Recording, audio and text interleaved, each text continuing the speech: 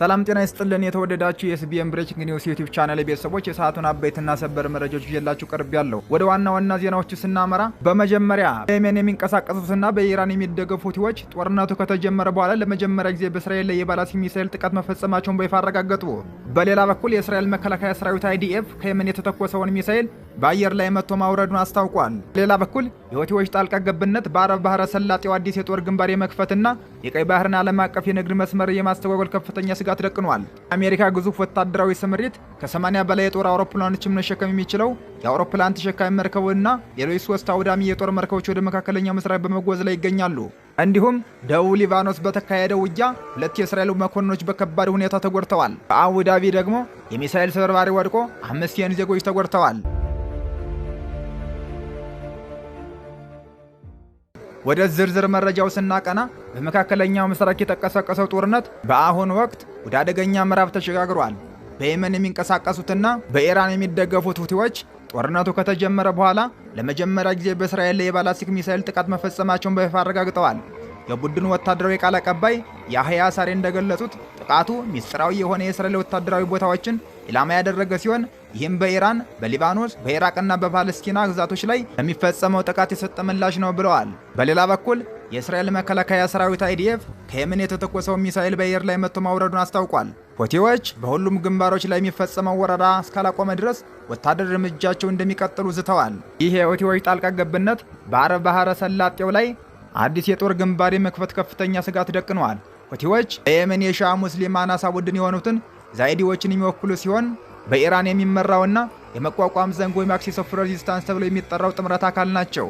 ቡድኑ እንደ አውሮፓውያን አቆጣጠር ከ2014 ጀምሮ የየመንን ዋና ከተማ ሰንዓን በመቆጣጠር አውዳሚ የእርስ በርስ ጦርነት ውስጥ የሚገባ ቢሆንም አሁን ግን ትኩረቱን ወደ ቀይ ባህርና እስራኤል አዙሯል።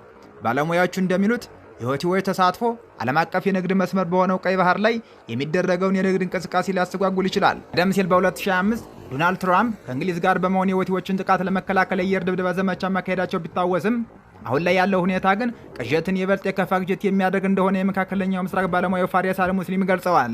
በተያያዘ መረጃ ግጭቱ በተለያዩ አቅጣጫዎች እየተባባሰ ይገኛል። በደቡብ ሊባኖስ በተካሄደው ውጊያ 2 የእስራኤል የጦር መኮንኖች ተጎድተዋል። በጸረ ታንክ ሚሳኤልና ሮኬት ጥቃት ከባድ ጉዳት እንደደረሰባቸው IDF አስታውቋል። በተመሳሳይ ሁኔታ በተባበሩት አረብ ኤሚሬትስ አቡዳቢ ውስጥ በአየር መከላከያ የታገደ የባላስቲክ ሚሳኤል ስብርባሪ በአንድ የኢኮኖሚ ዞን አቅራቢያ በመውደቁ 5 የየመን ዜጎች መቆሰላቸውን ተዘግቧል።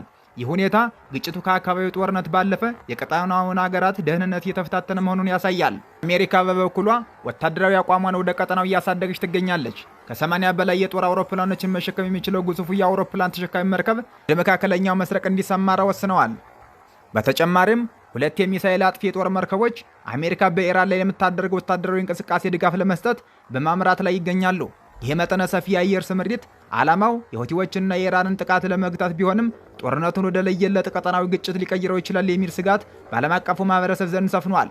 በሌላ በኩል የፓኪስታን የውጭ ጉዳይ ሚኒስትር ኢሻቅ ዳር እንደገለጹት ሀገራቸው የሳውዲ አረቢያ፣ የቱርክና የግብጽ የውጭ ጉዳይ ሚኒስትሮችን ከመጋቢት 20 እስከ 21 ወይም እንደ አውሮፓውያን አቆጣጠር ማርች 29 እስከ 30 በኢስላማባድ ታስተናግዳለች። ሚኒስትሩ በኤክስ ገጻቸው ላይ ባሰፈሩት መግለጫ ባለስልጣናቱ በቀጠናው ያለውን ውጥረት ለማርገብ በሚደረጉ ጥረቶች ላይ ጥልቅ ውይይት እንደሚያደርጉ ገልጸዋል።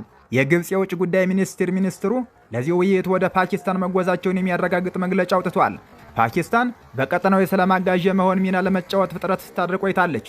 በተጨማሪም በአሜሪካና በኢራን መካከል የሚደረግን ድርድር ለማስተናገድ ፍላጎት ያሳየች ቢሆንም እስካሁን ድርድሩ ስለሚካሄዱ የተረጋገጠ ነገር የለም። ሳምንቱ መጀመሪያ ላይ ሚኒስትሩ ዳር በፓኪስታን በኩል በሚተላለፉ መልእክቶች አማካይነት ተዘዋዋሪ ንግግሮች እየተደረጉ መሆኑን ተናግረዋል። ዶናልድ ትራምፕም የፓኪስታኑ ጠቅላይ ሚኒስትር ሻህባዝ ሻሪፍ ፓኪስታን ንግግሮችን ለማስተናገድ ዝግጁ ናት በማለት በኤክስ ገጻቸው ያሰፈሩትን መልእክት ትሩዝ ሶሻል ገጻቸው አጋርተውታል።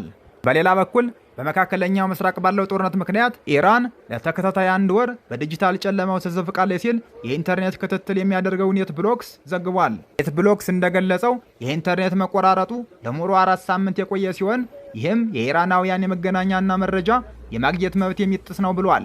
የኢራን ገዢ አካል በሀገሪቱ ተቃውሞዎች በተካሄደበት ባለፈው ጥር ወር ላይም በተመሳሳይ ለሳምንታት የሚቆይ የኢንተርኔት እገዳ ጥሎ ነበር።